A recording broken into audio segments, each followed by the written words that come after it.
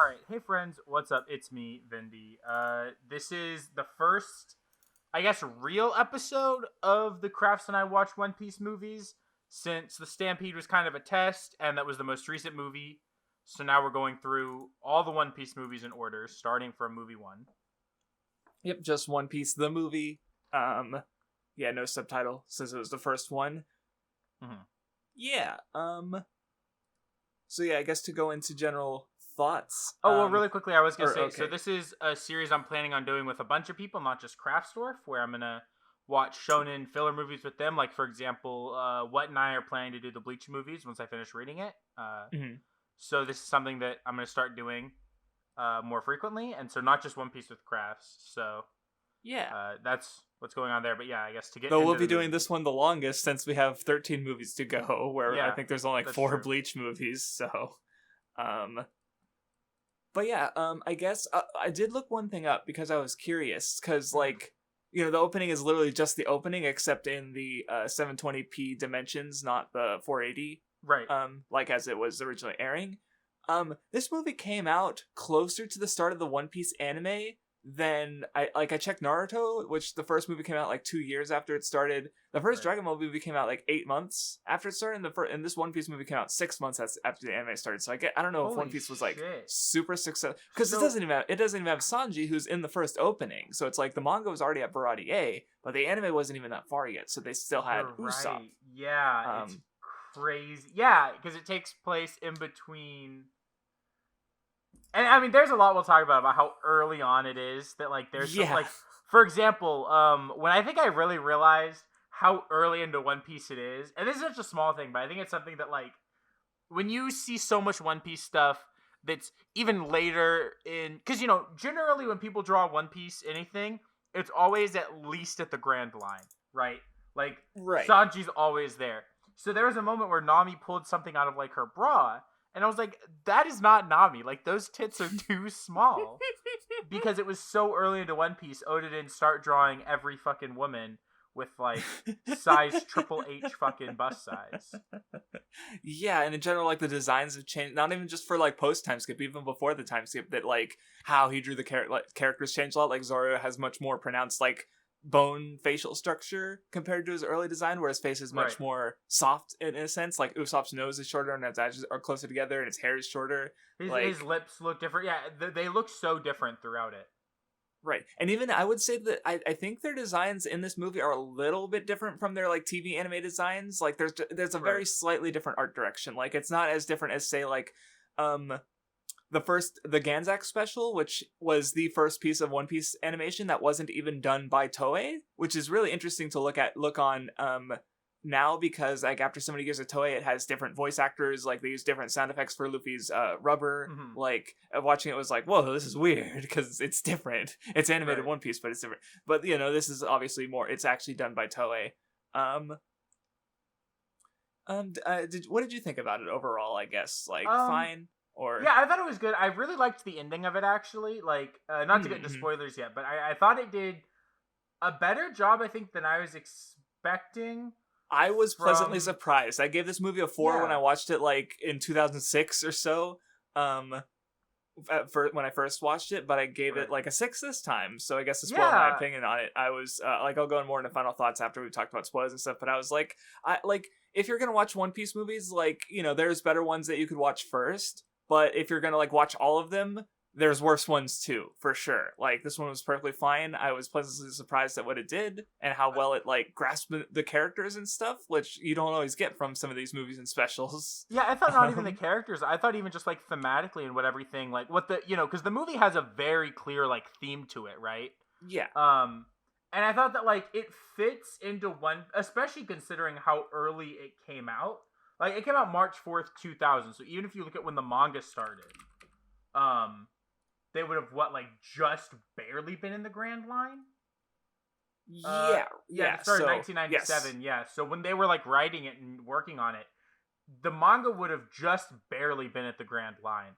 So I think that, like, when you look at how well I feel like in some level it grasped what One Piece can be about as a story. It's kind of surprising. Absolutely. Right. Oh, I one before we go into spoilers, I want to say one funny. So there was an Odin stall, right? I couldn't handle when they were talking about Odin. I took like a screenshot about it because it's so funny. Oh no, there's this one track from this because how a lot of the I don't know if like all the Shonen film movies do this. Like I know it's 100% true for One Piece, but like they'll reuse the movie soundtracks in the TV anime. So it's like there's this one track from this one called Gold and Odin that was passing around, and people were like, "Whoa, Gold Roger and Kozuki Odin," because that's been super recent like happenings in the manga. But it's like if you actually watch this movie, it's completely incidental because it's about Gold Woonin and his like as a guy who runs an Odin stall who he's connected to, and it's like it's like it's complete happenstance. But I just wanted to point that out because some people haven't seen this movie, and so they wouldn't know that. Because when I was passing around, I was like, it's just from the first movie. I remember, like, even before I rewatched it, I knew that little tidbit. So it's just funny. Yeah, I took like a screenshot. I took this screenshot because it made me laugh because it was like, oh my god. Like, I don't even hear these people talking about Odin now while, Odin it as takes a One Piece such character. a different context now because you're thinking, oh yeah, Odin boils. Oh no. Yeah.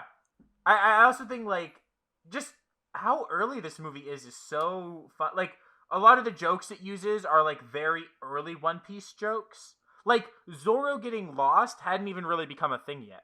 You know? You're right. That's true. Well, even like in the first scenes, like the crew didn't really have a lot of unity to it because they barely knew each other. Like no, it was like them kind of just talking and existing, and like the duos they were in are not duos you would see now, right? Like Luffy and Zoro were together the whole movie, and Nami and Usopp, and I feel like generally One Piece likes to split up like.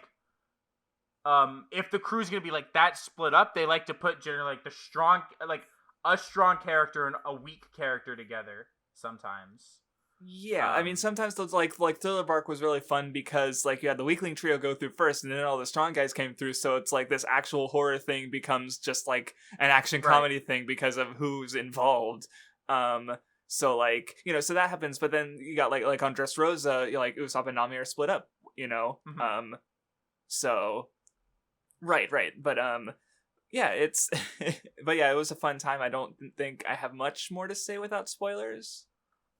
This is one more quick thing that was just like it's the weirdest thing for that like I can't like Luffy. Well, also this movie's really short. It's like 50 minutes long. Oh yeah, absolutely. Like that's part of the reason I think it's like like I said, I don't think it was a waste of time because it's not even that long. Right. But go on. And, well, something that I thought was super fun about it and super interesting was that, like, Luffy and Zoro spend a large portion of time, with an anchor around them. And I kept expecting Luffy to just be able to break the anchor.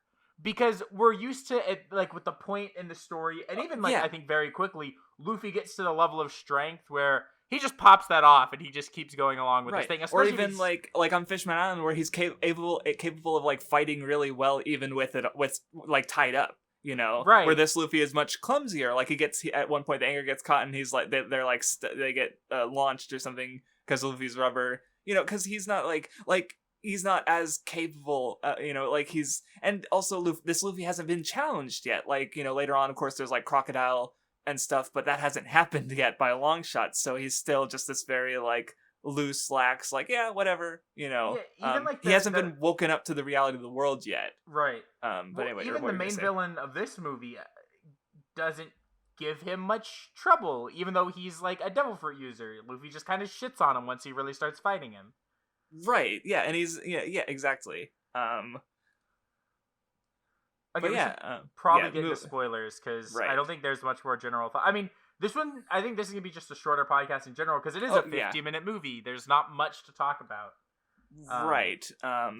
Which, that'll change once we get to like the film trilogy, Strong World, Z, and Gold, and those also involved Oda, so that's a little different too. But I know when we talk about like movie 6, for example, I have thoughts about that, so I know I'll talk about that one a lot. But when we get into the longer ones, the podcast will be longer. But this one's a shorter, simple one, and let's get into spoilers. So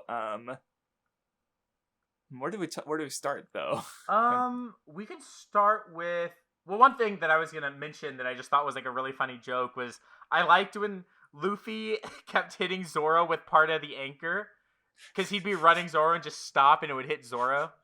I always really liked. And there was one part where like they were talking to someone while tied up, and Luffy was like, "This is Zoro," and he like turns around, and Zoro just goes like, "Yo," and then he turns back around, and they're so stupid. Yeah, there were some jokes in it that I definitely super liked. I know that what one got me to laugh the hardest. Which one was it for you, do you think? I think it was the part where he's like, "Zoro, why are you asleep?" or whatever, because he knocked Zoro out with the anchor, and Zoro is just like standing there, like his eyes have gone full white. See, for me, I think it was when Nami was like, "I'm gonna use this match to use, and the heat will show off the invisible ink on the map," and the map just immediately just fucking burns it. Because I didn't expect that, obviously, you know. So it just like happened. Because normally she's the smart one, so. Right? Yeah, but she. Well, I also liked the joke, because Usopp to me was super interesting in this movie, because this was even before Alabasta. Because I think Usopp, even since Alabasta, has kind of been like, no one is afraid to give Usopp a cool moment, because that, like, part of him, right, is that occasionally he'll have these moments where he, you know, swings way above his level and he's super cool, and then he goes back to being dumb, silly, goofy Usopp. Mm-hmm. And it was funny to me because in this movie he's just dumb, goofy Usopp, and there's that moment where Nami sees him and plays along with the joke, plays along with the lie, and he goes way too into it. She's like, "They're not gonna believe you," and then the pirates are like, "Oh, we just gotta dig for 3 days and 3 nights here." Right, because they're all so stupid. Because this isn't an Usopp who's even had like the Arlong Park moment, let alone like Little Garden or Alabasta. So it's just it is like, see, I hadn't thought about that from your perspective, where you've only read the series like once a few years ago. So you've been with like these more adult Straw Hats for literal years, where like this early the way they were at the beginning of the story, where I've reread, I've gone through like the East Blue stuff probably like a dozen times now. So even if it, it's not like as recent, it's still like very familiar to me. Mm-hmm. So I hadn't thought about it like that, because and even the way I read One Piece at the beginning was I would read it and like I would read like 100 chapter chunk in like a day, and then take like a month off and then read the next one. So I read East Blue in like my first sitting of One Piece, and then didn't touch it. So I like most of my stuff with One Piece comes from like Alabasta and farther. Well, because that's when you like really hit it and kept going. I imagine, right? And, yeah, didn't take the long breaks as much. Yeah, it was. I think it was instantly. I think like after Skypiea was the last long break I took, because once I hit Water 7, I was into Leon. Skypiea is everyone's rough spot when they first get into it. I dropped it like twice. So speaking of Skypiea, I thought there was an interesting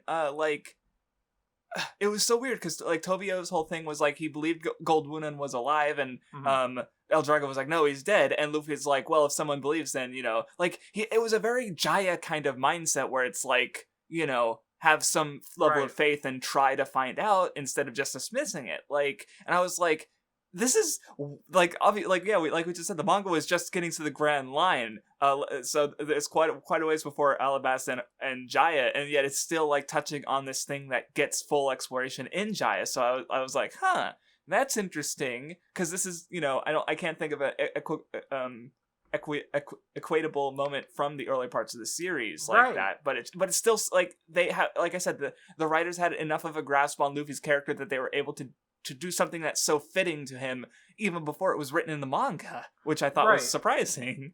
Well, yeah, I think like the closest you could get to that is the fact that Luffy's looking for the One Piece, which people aren't even sure it's real. But that's but like I feel like the One Piece being real is such a generally accepted thing in like the world of One Piece. Right. What people laugh at isn't that it's whether it's real or not. There's definitely doubters, of course, but it's anyone who's crazy enough to go to the Grand Line and try to get it is like insane. Like, that's what's being laughed at, not like necessarily that it exists or not.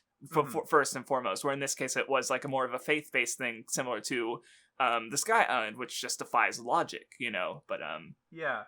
I also like another thing that's interesting just about early One Piece is the fact that like for them they see a rubber man and like they saw Luffy and he even said I'm a rubber man and they didn't instantly just be like okay he has a devil fruit. And when they realize they're like, "Oh my God, we only know one other person who has a devil fruit," and because it gets to the point once you reach the Grand Line where there are so many just strong people that we're constantly meeting people with new devil fruits, you know?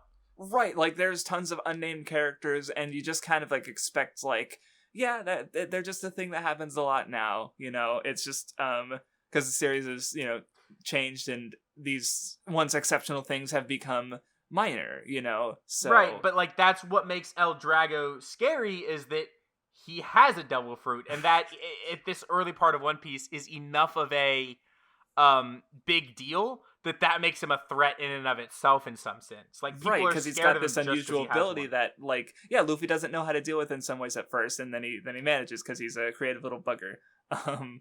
And he's just sort of he's a capable fighter, so though what surprised me more was Golas and his sort of like thing with Zoro, where like they kind of understood Zoro's whole thing too, where what makes a swordsman, where Golas, he's not a fitting swordsman because he's not fighting for his own reasons, he's fighting for money.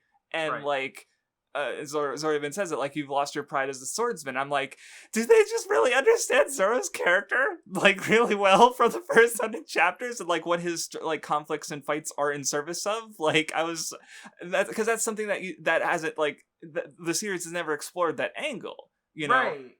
Even though it's still the same core idea, it's also like that's another thing that surprised me of just like what this movie did that the series has also done. But just from really early on, I was like, what? Right, and like I'm looking at some of the staff and like it's pleasantly surprised. Yeah, for sure. Well, it's interesting because I'm looking at some of the staff, and I mean, a lot of these people worked on other One Piece movies or the series, but even if you had been reading the manga and working on it, like it's so early into One Piece that I think it really makes it makes how good a job this does at understanding what's going on really good, because it's impressive that they had this good a grasp of the story with so little to work on to start with. Right. Yeah. That's what I think is really like, even if I don't find this movie like super amazing, like I still give it a 6. I still think it is impressive on that level for sure, in just how much they were able to get from so little. Like where I didn't pick up the Zoro thing until someone pointed me left a comment on the first end show, and then that helped me frame his whole thing going forward. So, but these guys had already figured it out and added to it in their non-canonical movie, and I was like, what? Yeah, and even like the main theme of the movie at the end being how it's all about the journey, and that's where I mean, that's like a common thing, and I think it's easy for people talk about that all the time, but I wonder how many people at that time, right, like when they just reached the Grand Line, had already recognized that as like kind of this core idea in One Piece. Mm-hmm. Well, and it was also kind of lifting from the bug arc a bit, where treasure, where obviously like gold versus with Woonin, he did want to go on this adventure with friends and stuff, and Gonzo. Gonzo, he was like, he didn't, he wasn't interested in gold and treasure. He just wanted the people around him and to perfect his craft with Odin making, like, so that was there too. But and yeah, because like I think my favorite scene in the movie was actually the flashback, like where you just get the context of Woonin and where you just get the context of Woonin and Gonzo and yeah, I just thought it was, I just thought, and like, and after the fact, when Luffy was like, "Oh, you didn't die," like, because he seemed to die in the story, but he's literally like right there giving the flashback. Right. He's so stupid. I love him. No, I mean, and it's great because that's something I could see Oda writing Luffy to say.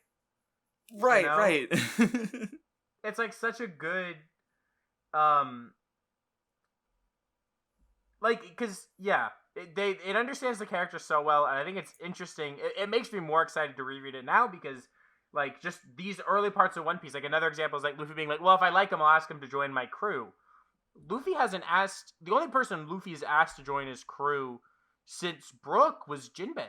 Like, he goes so long between, once he, like, decides on his crew, he doesn't really ask people to join anymore. Like, the Straw Hats are, he doesn't even want, right, like, the there's Straw no, Hat like, Alliance. there's no, like, Thriller Bark, oh, look, a tree with a face and a unicorn. Join my crew. Like, he's not doing that anymore. Yeah. Right, and so it's fun seeing that Luffy back that wants to find fun people for his crew. I thought was also really cool. Because I think you just forget some of those, like, small tidbits about early, like, the characters early, and it makes me appreciate the current stuff now, right? Because it's like, the Straw Hat is this family, and Luffy doesn't just let anyone into his family anymore. He's particular about who he wants, which is awesome. But the Straw Hats have character development. Well, does say that to me. Big shame. Trying to think if I have anything more to say. The problem is the movie's just so short, and a lot of it is like it feels like what I would expect from an early One Piece filler movie, right? Like, they kind of end up in this place. It's kind of got its own story going on. They insert themselves into the story, and nothing really changes. Right. One thing I just thought I had was, like, with El Drago, I like how they didn't try to overblow how, like, he wasn't, like, he was kind of a dope, like, he was still pretty, like, relatively strong, especially because, like, most of the time he was with, like, Usopp and Nami, but, like, he was dopey in his own way, and, like, they didn't try to oversell him as threatening, even though, like, he does have this very intimidating design, and yeah, the only devil fruit aside from Luffy and Buggy at this point in the material. Right, I think even that in and of itself makes him intimidating, Right. Like, just having a devil fruit, and that's what's so cool, I think, about it, is, like, the fact that he has, his devil fruit's okay. Like, he just shoots mouth, it's like, it's a sound-based fruit, but it really just shoots laser beams. It's kind of like, they don't, I don't know how many great fruits have been come up with in filler. I'm sure there's some good ones, but it's like, Right. Well, for example, the one in Stampede I liked a lot. I thought that was a really That's cool true. one. Yeah. But Oda did have a part to play in the movie, so that doesn't surprise me. Stampede less so, I think, than at least compared to the film trilogy. Yeah. Okay. But I'm not 100% sure on the specifics because it's just like, even like with those three he had like a producer role, though apparently for Strong World he actually wrote or helped with the actual screenwriting, which oh wow, okay. So but I don't know exactly for sure what his involvement is, like 100% basically, because usually he does the designs, if anything. Right. That's pretty common. But yeah, I don't think I have that much to say. No, not I don't think I have anything else to really talk about. I did like how, I do have. I liked how in the ending, like when Wunan went on his adventure, he had the flag that Gonzo left to him, like carry on with your dream. It's like you don't want to be here, and the flag ripped a little bit, like because he would have given up his dream to stay there. So Gonzo let himself fall so that the flag would remain. And then, but like when he left his the Luffy was in an 11-berry debt with him, and he refused to let them pay it off. So like when Wuran went on his adventure, he had the flag that connected him to Gonzo, and now the Strats are going on their adventure with this debt to him, like, so they still have a connection basically, right? And I thought that was nice. Yeah, that's a good point, actually. I didn't think about like that, because that is cool. There was or go on. We saying the ending made me think, like, the actual ending credits I really liked, specifically because it was essentially like color pages. Yeah. I like it. They do those in some of the ending themes in the actual show too, or just or the openings too. Openings too, actually. Where they just animate parts of the color pages. Yeah. Well, this is me just showing now I have little experience with the One Piece anime, but yeah, like I liked that it was like very clearly just like Oda color pages being drawn in the anime style with music. I thought was like really fun. Yeah. Also, so another thing I had to mention is just, so Otovio, the kid, I think it's a symptom of the Ganzak movie, because the Ganzak movie also has this, like, child character involved, and I remember being annoyed by it in the past, but like obviously you'll see repeated things throughout like the filler and the non-canonical stuff because like oh we don't know what for sure to do, so let's lean on the source material. So a couple things you'll see is Luffy getting his hat damaged or attacked or threatened because it establishes that the villain's a shitbag for doing it for no reason, and Luffy has this treasure and it gives him a reason to exposit about Shanks, his connection to Shanks, and all for some reason just kid characters kind of tagging along. So I they aggravated me in the past because like I just recognize tropes and tropes bad, and I just see it repeated, and it's like whatever. This was like 14 years ago. Right. Now it's more like, well, I'm gonna look at more what it's doing. And I don't have any big takeaways from it being Tobio being like he's just a kid. Wrong about the like they're kind of doing like I guess you could say that it's a growing up thing, but it's sort of like I've talked about how post time skip Straw Hats are adults influencing children, so they kind of got that going on here, a bit earlier than it should have been, but it's fine. It's not canonical, but I just wanted to bring that up because I thought it's like again it's this recurring trope, and here it is in the first movie. But what were you gonna say? He reminded me a little bit of Kobe at the start, kind of in the way that he was just saying a lot of stuff without really doing anything. True. Yeah.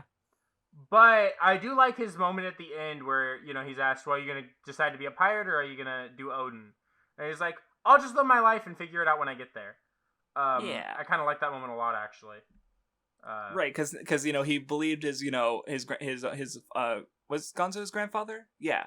Yeah, it was his grandfather. Yeah, he thought you're just doing Odin, you're not having these cool adventures. But then it turns out Woonen didn't just want to do like go find the gold and stuff. He just he wanted to be with the people he cared about too. And so like he's not his idol wasn't necessarily correct. So it's not given he doesn't know what he's gonna do, but he's a kid. He's got years to figure that out. That's fine.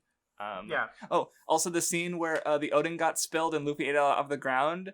That was some like classic fucking Luffy shit. Like, no, yeah. I also couldn't help but think about what Sanji would do in that scene because he's the suspiciously absent early Straw Hat, and spilling food like that's like his whole thing. His like don't waste food, So that's a good point. I didn't think about. Yeah, it's interesting that. Yeah. But no, yeah. Overall, good film. Yeah. I think I basically already gave my final thoughts. Or were we done? Yeah, I have nothing more to say. We can move on to final thoughts. Yeah, so I already kind of said it. I gave it a 4 the first time I watched it. I bumped it up to a 6. It's a pleasant watch. Like I said, like we've talked about, it's done a lot of surprising things in regards to like understanding the source material that I don't remember seeing as much from all some of these films. But I guess we'll see more going forward and how that happens. If you're like interested in One Piece movies, I don't think there's definitely better ones to watch, but I don't think this is a bad choice, especially because it is so short. Like it's only 50 minutes, so it's just a real quick, easy watch. And you could probably do worse, I'm sure. Especially for shonen filler movies in general, which kind of have a bad reputation. So yeah, it definitely was interesting because I've only seen 2 One Piece movies before this, right? I'd seen movie 6 and movie 14, which was Burn Matsuri, The Secret Island, and Stampede, which we've already discussed. So I think this is what I would have expected from a One Piece filler movie. But I think especially after Stampede, which is, I'm sure one of the most different movies we'll end up watching, right? With just how many... Oh, yeah. Well, like, the lack of Straw Hat involvement, the scale of things, the sheer amount of, like, character appearances. Right. Like, yeah, I'd agree that it's pretty different, though. Yeah. Or finish your thought? Well, yeah, so, this is what I kind of expected these filler movies to be.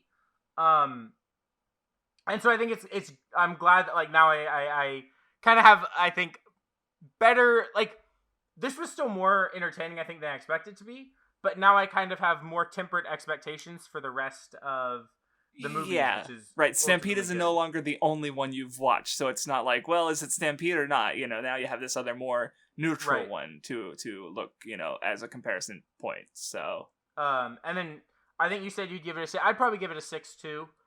There's not a lot there, but I think what is there in some ways is kind of impressive. I think the movie looks fine. Like there was nothing that really blew me away visually, but there was nothing that I looked at and was like, wow, that looks really bad. Yeah. So it's better than the TV anime for sure, but it's not like amazing like Stampede was. They went ham at some parts. So yeah. But yeah. Yeah, I think the best way I could say it is if you want to watch along with us, one isn't bad. Like it's a fun movie. I think if you have 50 minutes and you're definitely a One Piece fan, especially I think if you haven't experienced early One Piece in a while, it can be really interesting to look back at. So, I mean, I don't know if I would say I recommend it, but I wouldn't tell someone not to watch it. Yeah, like the biggest thing, like part of the reason I've even considered like going back and rewatching all the movies and filler arcs and specials and stuff is because like I do like these characters and I like seeing them. So even if Oda didn't write these stories, I can like still look at it on its own merits and see these characters. Like you were talking about how like seeing them like this after so long makes you just or I think I was saying it too, but it's just like how much they've changed, and right. So even if like we're not like necessarily talking about the main canonical story, we're still appreciating these characters just by seeing them again in this other context, so and I think that's cool. Yeah, and I mean even just seeing like I always love seeing Straw Hat interaction, and so anytime you get more of that, like it makes me feel good, it makes me happy, and there was legitimately I would say some good Straw Hat yeah, it's yes, but yeah, fun time. So yeah, I guess that about covers it. So next time would be Clockwork Island, I believe movie 2 is called. Let me look. It is, yep, Clockwork Island Adventure. So, oh my god, looking at the key visual, there is Sanji in a wedding like tuxedo and Nami in a wedding dress. Oh my god, Sanji Nami shippers are excited for movie 2. All right. Oh boy, we'll talk about it when we talk about it. Thank you guys for watching, and we'll see you later.